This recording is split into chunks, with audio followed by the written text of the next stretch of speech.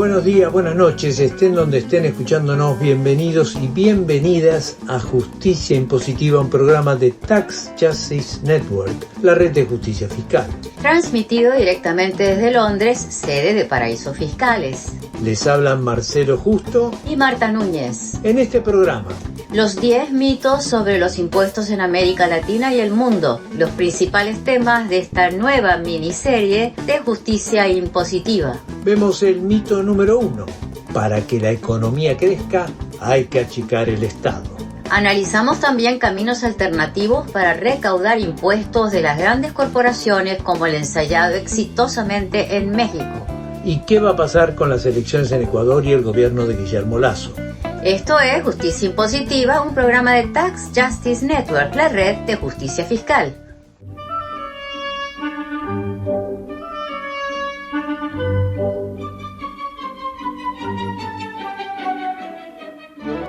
El Estado no es la solución, el Estado es el problema. In this present crisis, government is not the solution to our problem. Government is the problem. Se supone que a menos gastos o a menos costos, pues menos impuestos tiene que elevar el Estado para financiar esos gastos o esos costos. Los ecuatorianos no queremos a un gobierno que esté ahí para que nos exprima.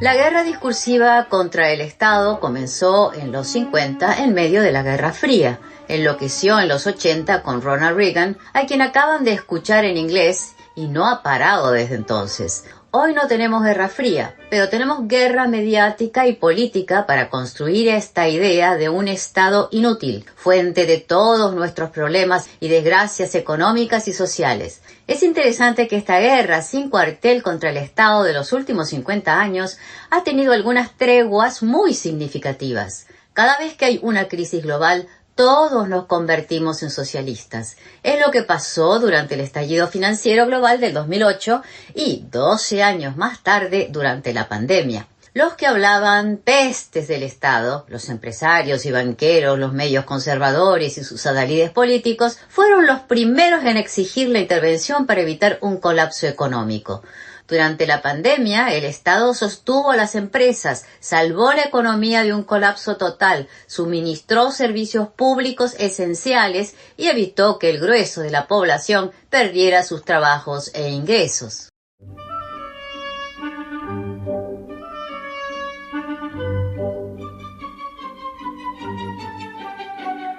En el centro de este Estado que nadie se olvida de llamar en tiempos de crisis está el sistema impositivo. Los impuestos son la principal herramienta que tiene el fisco para financiar el gasto en educación, salud, justicia, seguridad, infraestructura, emergencias y un larguísimo etcétera. Ahora bien, sobre esta herramienta esencial para la supervivencia de nuestras sociedades hay una serie de mitos que se repiten desde hace décadas en América Latina y el mundo. Escuchemos.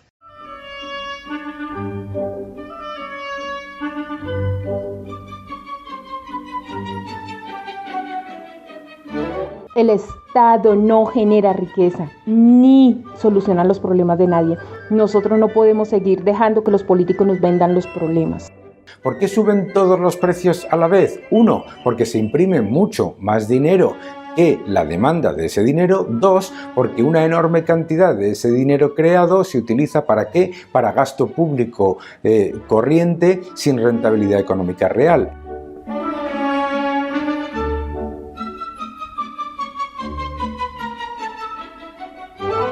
Realmente sorprende que este discurso sea tan universal, no importa que estemos en España o en América Latina, en Bolivia o en Francia, en el siglo XX o en el siglo XXI. En Argentina, la excelente revista Anfibia de la Universidad Estatal de San Martín acaba de publicar Mitos Impuestos, una guía para disputar ideas sobre lo fiscal, que se publicó en julio en formato gratis de PDF y también en formato de papel. El libro analiza el caso específico argentino, pero los mitos y sus argumentos centrales se aplican a todo el mundo occidental. Da igual que sea un país central o periférico. La investigación fue coordinada por la tributarista Magdalena Rúa, que coordinó un grupo de distinguidos economistas para analizar a fondo 10 mitos sobre los impuestos. Hablamos con Magdalena Rúa, que nos comenzó por dar un pantallazo del libro. Este manual de mitos impuestos tiene como objetivo terminar con ciertas ideas instaladas como verdades en la opinión pública que van creando de alguna manera un sentido común erróneo sobre temas fiscales, que en definitiva terminan obstruyendo la adopción de políticas públicas adecuadas. Lo que busca el manual es discutir con estas posturas y de construir estos idearios que están presentes en toda América Latina, no solamente en Argentina. Y se abordan 10 mitos sobre temas fiscales, algunos sobre gasto público, otros sobre política tributaria, sobre deuda pública, la postura que sostiene que el Estado es demasiado grande y el gasto es excesivo, considerando que en realidad esta construcción suele eludir el hecho de que el poder económico concentrado también recibe subsidios, ¿no? Recibe privilegios fiscales, por ejemplo, a través de regímenes preferenciales, exenciones, condonaciones, ¿no? Y ese tipo de transferencias hacia sectores económicos acomodados no se consideran relevantes o se desconocen, mientras que otras transferencias estatales parecieran molestar, ¿no? Que son las que se dirigen a los sectores vulnerados. Bueno, y hay muchos otros mitos vinculados con la idea del gasto público, por ejemplo, la idea de que la emisión del dinero para financiar el gasto público genera inflación. Muchos de estos mitos en realidad encubren la verdadera discusión que existe detrás, que tiene que ver con la redistribución del ingreso, ¿no? El problema no es tanto el tamaño del Estado, el tamaño del gasto, sino en verdad quién se apropia de los ingresos nacionales, de los ingresos estatales, ¿no? Ustedes se concentran en el caso argentino, pero como decías, esto se aplica al resto de América Latina. Y si uno mira un poco más lejos, también sucede en Europa o en Estados Unidos. ¿A qué atribuís que estos mitos se repitan idénticos en países que tienen distintos niveles de desarrollo y que tienen diferentes problemas nacionales? Como bien decís, es un fenómeno internacional, ¿no? Con la globalización financiera fue que se llevó adelante una apertura financiera en la mayoría de los países de Occidente, apoyado en políticas económicas nacionales que fomentaron esa apertura financiera, y la liberalización de las economías nacionales, que se complementó con una integración financiera internacional, fue reconvirtiendo los modelos económicos de la región. Y bueno, ello también se realizó con el apoyo de las usinas de pensamiento neoliberal, con los medios masivos de comunicación que fueron expandiendo este sentido común en torno al rol del Estado. Y este manual justamente se propone debatir entonces con esas posturas que son las más difundidas en torno a la fiscalidad, que están fundadas en estos marcos teóricos del pensamiento ortodoxo, que tienen su base teórica en el neoliberalismo, que se consolidó con el régimen socioeconómico impuesto en Occidente a partir de la caída del mundo socialista, con el fin del comunismo de la Unión Soviética.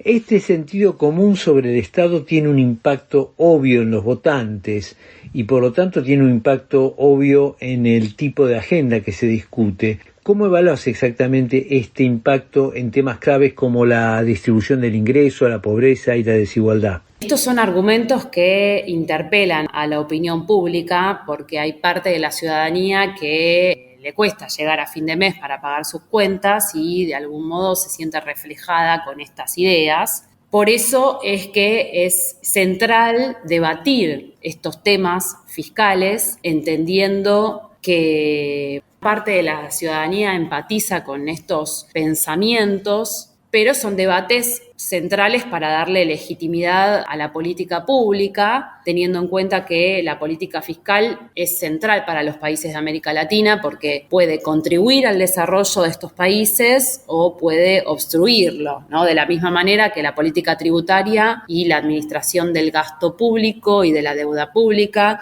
puede actuar mejorando la estructura social, volviéndola más equitativa, o por el contrario puede ampliar las brechas de desigualdad social, las brechas de género. El debate es sobre todo sobre los recursos, en definitiva. ¿Tenemos los recursos suficientes en América Latina? ¿Y a dónde se destinan esos recursos? ¿Permanecen en estos países o se fugan? ¿Hacia dónde van, no? Y la política tributaria, por ejemplo, ¿no podría contribuir aumentando los recursos? Bueno, muchas de estas preguntas intentan ser respondidas con el manual, ¿no? La tributarista Magdalena Rúa, coordinadora de Mitos Impuestos, una guía para disputar ideas sobre lo fiscal. En este programa y de acá a fin de año seguiremos con el análisis de estos 10 mitos, un debate fundamental.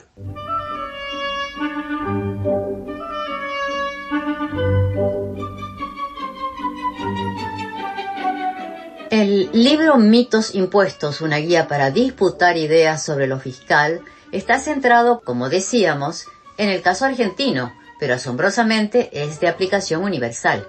¿Quién no ha escuchado, sea en Bolivia o Ecuador, en México o Costa Rica, en España, Francia o Estados Unidos, que para crecer hay que achicar el Estado? Este es el primer mito que Justicia Impositiva va a analizar en la cobertura que haremos de este libro, fundamental para entender lo que está pasando no solo en Argentina, sino en el mundo. Justicia Impositiva dialogó con Marisa Duarte, autora de este capítulo del libro, magíster en Sociología Económica de la Universidad de San Martín en Argentina y doctora por la Universidad de Barcelona.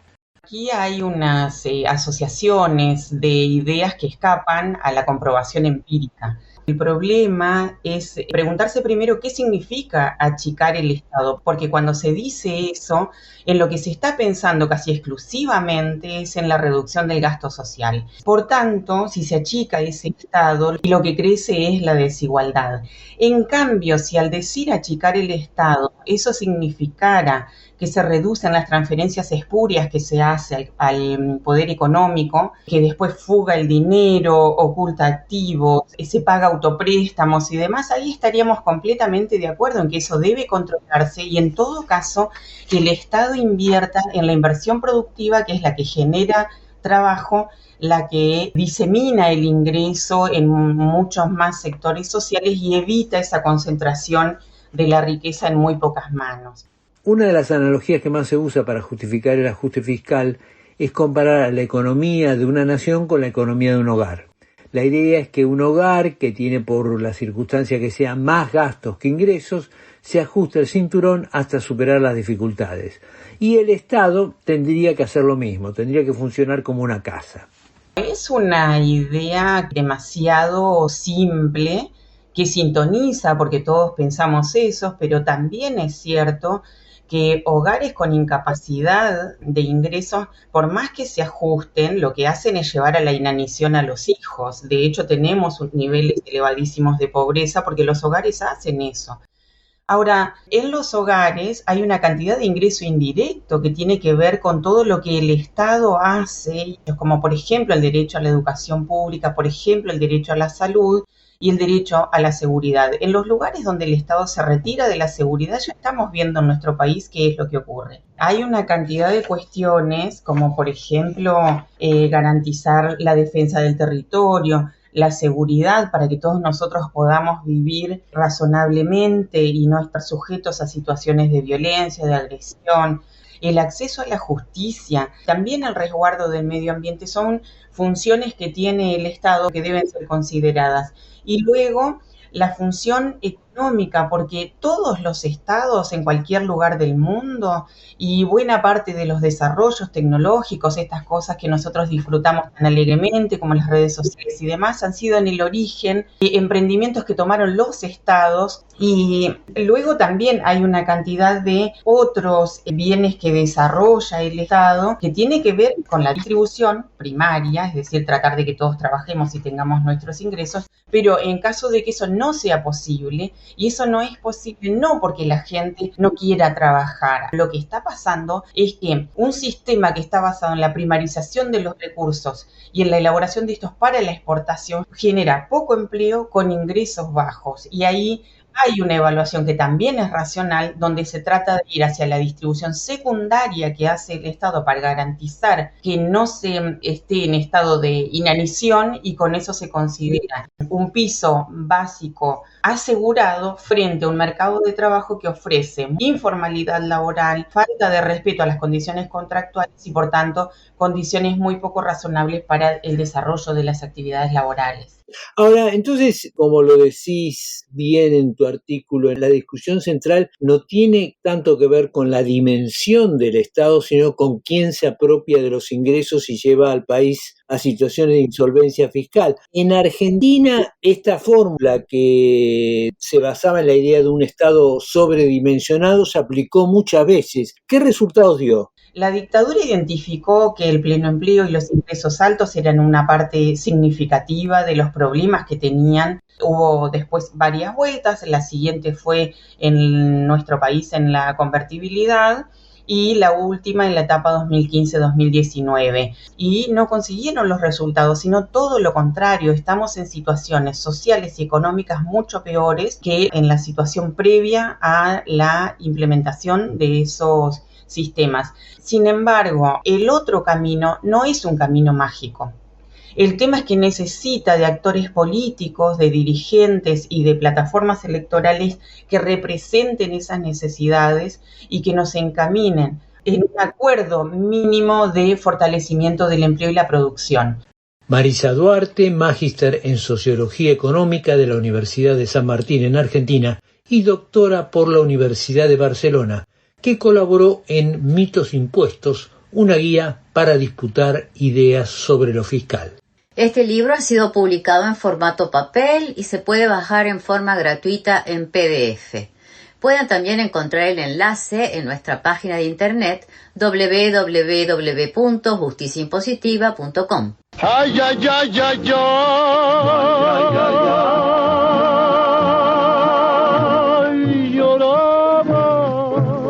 El libro Mitos Impuestos, una guía para disputar ideas sobre lo fiscal que, como decíamos, acaba de publicarse en Argentina, es un aporte al debate regional y global para entender mejor el tema impositivo y poder entender los obstáculos ideológicos, políticos y mediáticos que tenemos para aspirar a un futuro con mayor justicia social y tributaria. Mientras tanto, en este duro presente, ¿qué se puede hacer para dotar de recursos al Estado que le permitan avanzar en el mejoramiento de los servicios públicos y el desarrollo económico y social?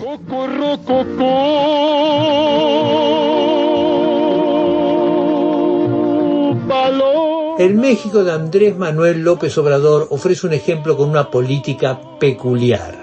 La evasión y elusión fiscal de multimillonarios y grandes corporaciones es el gran desafío que enfrentan los estados, el de México y el de cualquier otro país. Un capítulo especial de esta falta de recursos de los estados es el atraso gigantesco que tienen muchas grandes empresas en el cumplimiento de sus deudas tributarias. Es decir, no solo evaden y subfacturan para pagar menos, sino que además entran en mora con el Estado. Moras que muchas veces se resuelven con una enorme reducción de lo que deben para que al menos paguen algo.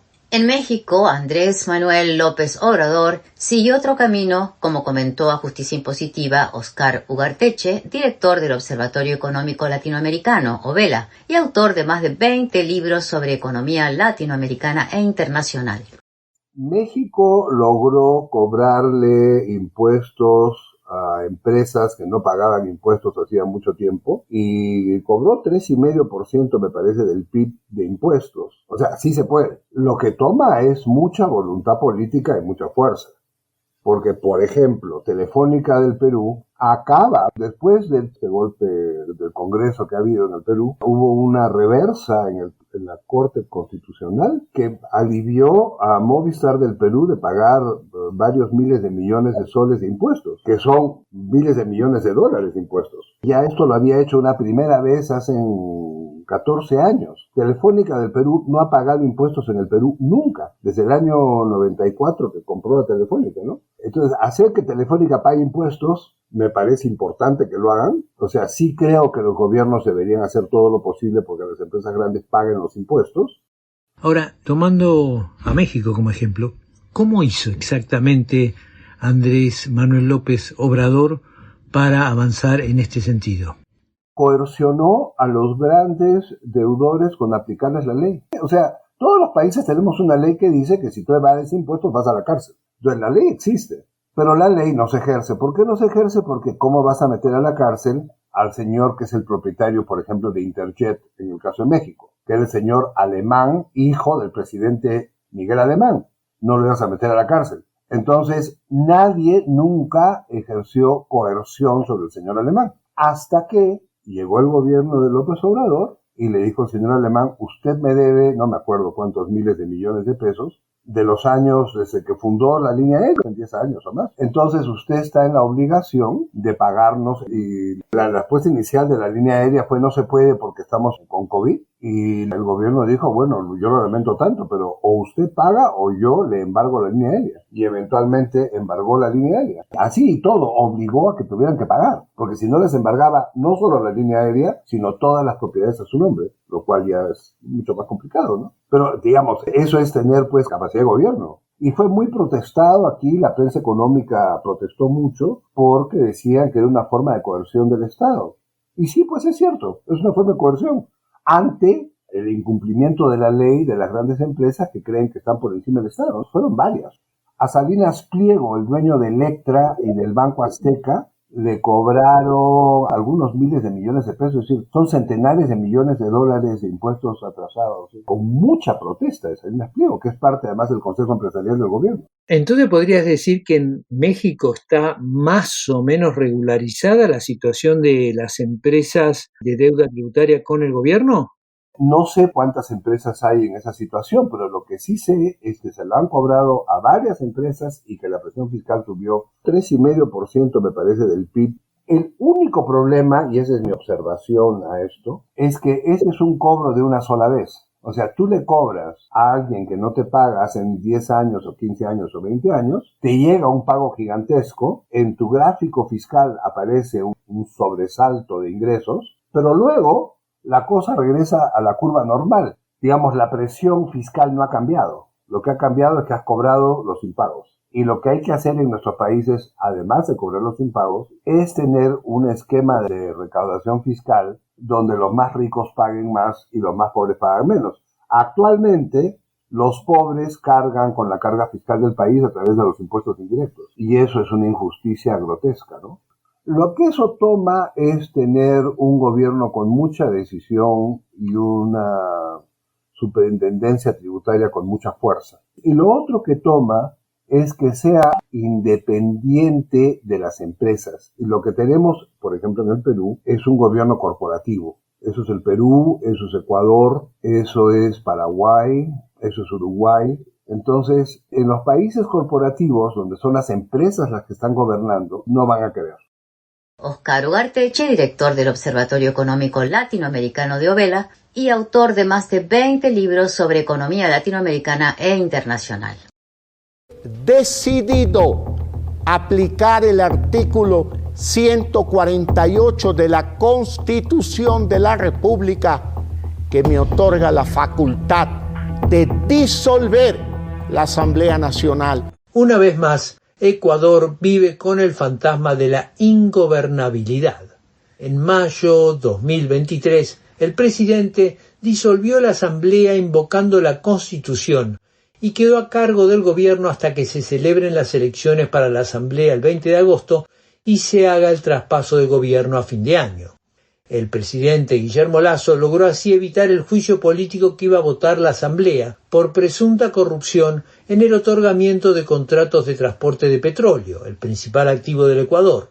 Esta crisis política e institucional sucede al mismo tiempo que una enorme crisis económica, social y de seguridad, con un récord en el número de homicidios anuales. Uno de los favoritos para las elecciones del 20 de agosto es el correísmo, representado por la Unión por la Esperanza. Otro protagonista fundamental, el movimiento indígena, ha hecho una rara carambola. Pachakutik, brazo político de la poderosa Confederación de Nacionalidades Indígenas del Ecuador, la CONAIE, no presentará candidato. Yacu Pérez, que había sido su representante en 2021, se presentará por el espacio Claro que se puede. La CONAIE ha dicho que no lo apoyará y dará libertad de elección a su militancia. La decisión que tome la población indígena, un 25% del Ecuador, será fundamental para el resultado de la contienda electoral. Otra peculiaridad es que ni el presidente Lasso ni su partido figurarán en esta elección luego de la contundente derrota que sufrió en las municipales de abril y el referendo.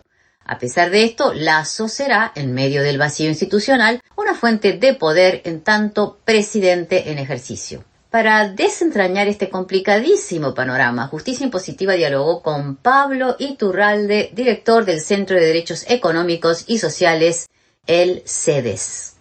Lo que tenemos es un contexto donde la gente está asustada por el alto nivel de desempleo, pero también por el alto nivel de inseguridad. Estamos viviendo unos índices de homicidios, robos, violencia que jamás hemos experimentado en el Ecuador. Es más, la nación está en el tercer puesto de inseguridad por homicidios en toda la región. Tenemos ciudades que son más violentas que cualquier otra ciudad en México o en Centroamérica, donde tradicionalmente ha estado concentrada la violencia vinculada a la delincuencia del narcotráfico. Y en ese contexto, el país tiene que elegir ahora a un nuevo presidente, en un contexto donde los partidos políticos tienen que poner a sus nuevos candidatos de manera bastante improvisada. Hay muy poco tiempo para conocer a los nuevos candidatos y por lo tanto hay bastante incertidumbre. Esto también puede generar que los ciudadanos que tienen que votar tengan que elegir en base a lo que se ha vivido en el país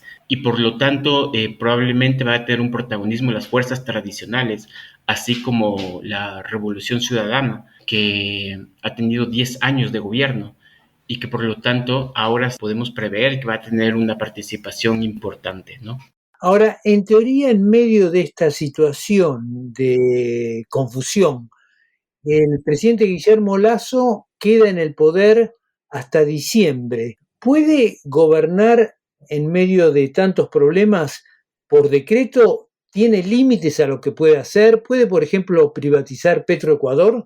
Bueno, el presidente Lasso pensaba que sí podía, porque empezó a emitir decretos por montones cuando la asamblea quedó anulada. Sin embargo, se ha topado con un límite, y es la Corte Constitucional. La Corte ya le ha rechazado uno de los decretos, un decreto que tiene que ver con una de las expectativas más importantes del gobierno de Guillermo Lasso, que era flexibilizar el cobro de impuestos a las nuevas inversiones. Le rechazó una ley de zonas francas. Esta ley además ha sido rechazada 2 veces antes por la Asamblea Nacional y por lo tanto le está diciendo al presidente que no puede gobernar simplemente por decreto, sino que va a tener que considerar los criterios de la Constitución y también de las fuerzas de la sociedad civil que ejercen presión, que meten recursos, que utilizan a la Corte Constitucional, por ejemplo, con acciones de protección, para poner en evidencia que se podían estar incumpliendo los derechos económicos y sociales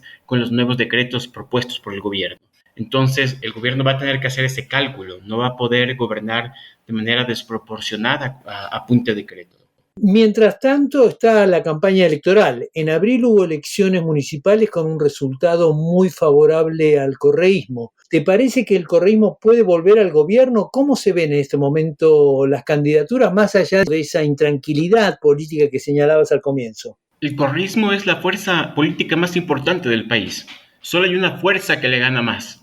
Es el anticorreísmo, pero el anticorreísmo solamente se expresa cuando queda el correísmo frente a un solo candidato, o sea, en una segunda vuelta. En una segunda vuelta, el correísmo tendría que enfrentar al anticorreísmo, que sería ahí, definitivamente sería más fuerte, en mi opinión personal. Y la única manera que yo creo que en la que podría alcanzar el gobierno es ganando en una primera vuelta. ¿Esto es posible? Pues yo creo que sí es posible porque el correísmo está partiendo de un 30% de intención de voto y esto puede ir creciendo con la campaña. Históricamente el correísmo va creciendo, parte de un voto duro que estaba antes entre el 25%, ahora ha crecido ese voto duro porque digamos la gente se siente decepcionada de los últimos gobiernos que hemos tenido por el crecimiento del desempleo, de la inseguridad, y ese voto duro por lo tanto ha crecido, y creo que si es que alcanza el correísmo un 10% de diferencia con el segundo candidato, y si es que esta diferencia alcanza el 40%, ya estaría ganando en primera vuelta. Creo que esa es la única manera en que el correísmo podría ser gobierno, pero creo que es bastante posible. Va a depender mucho de su campaña política y de cómo cale, digamos, sus propuestas en las necesidades de la población. Pablo Iturralde, director del Centro de Derechos Económicos y Sociales, el CEDES. Llegamos así al final de esta edición de Justicia Impositiva. No olviden que pueden seguirnos en Twitter, @J_impositiva. O suscribirse a nuestra página web www.justiciaimpositiva.com. Desde los estudios de Tac Justice Network se despiden Marcelo Justo y Marta Núñez. Hasta la próxima.